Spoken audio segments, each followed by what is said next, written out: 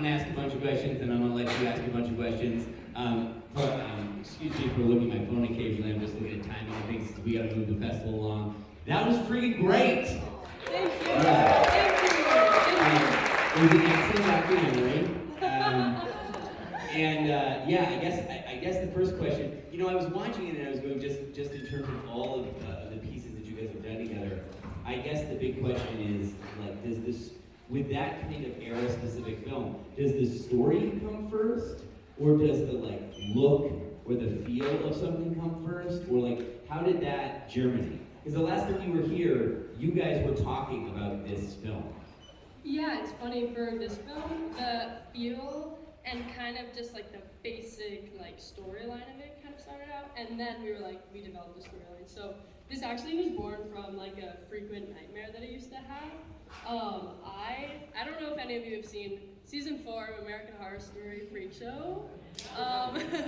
It's my favorite season, and I used to watch it way too young, and the clown really fucked me up. And so I would just have nightmares about him at night. And I remember my sister with her some psychology degree or something was try to rationalize it, figure out if try to think about his storyline and if he's a good guy. So then I started pondering oh my god, a family of clowns that are antagonists, but also you love them. And then I brought that idea kind of to the family, and they were yeah, but we're not going to dress up as clowns for an entire film. So, I love that's where Toby and John draw the line. Yeah. They're like that's too much. I can't. Exactly. The sewing body parts together, that's good. Yeah, they were down with that. No, yeah, and then we all just kind of threw a bunch of spaghetti at the wall, and that's where this idea was born. Yeah.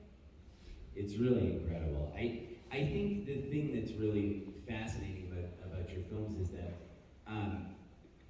we don't know, you guys do this, I don't know if it's an intentional thing, but we just are there with the characters from the beginning, and we don't know who they are, really. We don't know who the evil people are, we don't know who the good people. I mean, it's an Adams family film, so we know that some shit is going to go down that's not going to be okay for children, except for if they're in the Adams family. But you directed this film. That's amazing. Please. My parents and I directed it together, and so we're all best friends, and normally we do these Q&As together. So if there are any questions that I don't know how to answer, it's normally because they directed that part of it. We all kind of throw in different things to it. Can you talk to me about what it was? I mean, I know you guys do this as sort of a collaborative process, but obviously you have a better agent because you got the directing credit, so it's good. But it's no, but I mean, I know you guys have talked about that before, where you all obviously are you're a collaborative, you're an ensemble basically. Where does that? How difficult was it? You were in the film for a good deal of the film. How difficult was it to direct and do that stuff? Are you guys looking at are you looking at shots and sort of collaborating in that way? Are you specific about certain parts? Are you focused on certain characters and they're focused on other ones? How does it go? Yeah, we all were pretty specific to our own characters, because with every film, each of us, we really grow with our character as we're shooting it. By the end of the film, I really felt like Eve, and by the end of the film, I think my mom really felt like Maggie.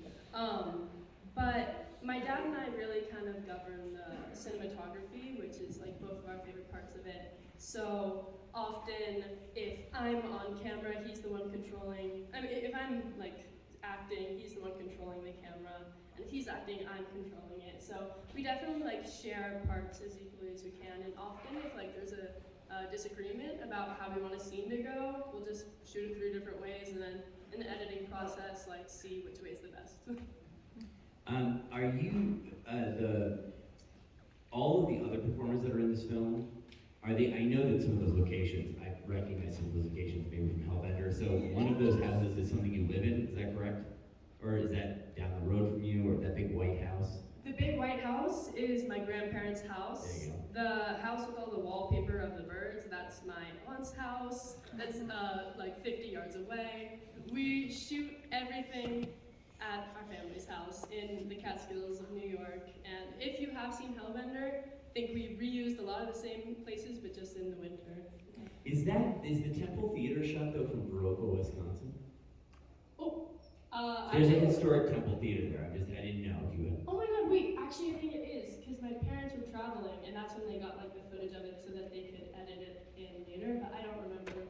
That's cool, but it's mostly shot in the Catskills. Yes. Okay. Yeah. And so talk to me about how you decided, like, I mean, obviously there's a backdrop in this film which doesn't take place in Hellbender, where you're doing the effects, and especially like the World War I effects, which are really great. I mean, they're especially like the pieces that you've chosen, obviously, to do like the CGI and those kind of things, with the planes and then the tank sort of rolling through that very specific looking tank. Like, who does that? Do you guys do that? Do you have a studio you farm that out to that you've been working with?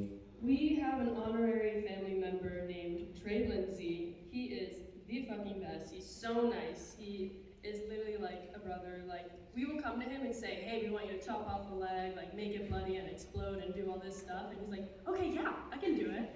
And he is just the best. And yeah, we hit him with a lot of like fireballs, and he does it. And we're grateful. He's a real family member. Yeah. That's amazing. The soundtracks are obviously very important. You guys wrote all the music in Hellbender, right? Yeah. Did you write some of the music you're singing in this? So yeah, like we made all the music in this too, like we did in Hellbender.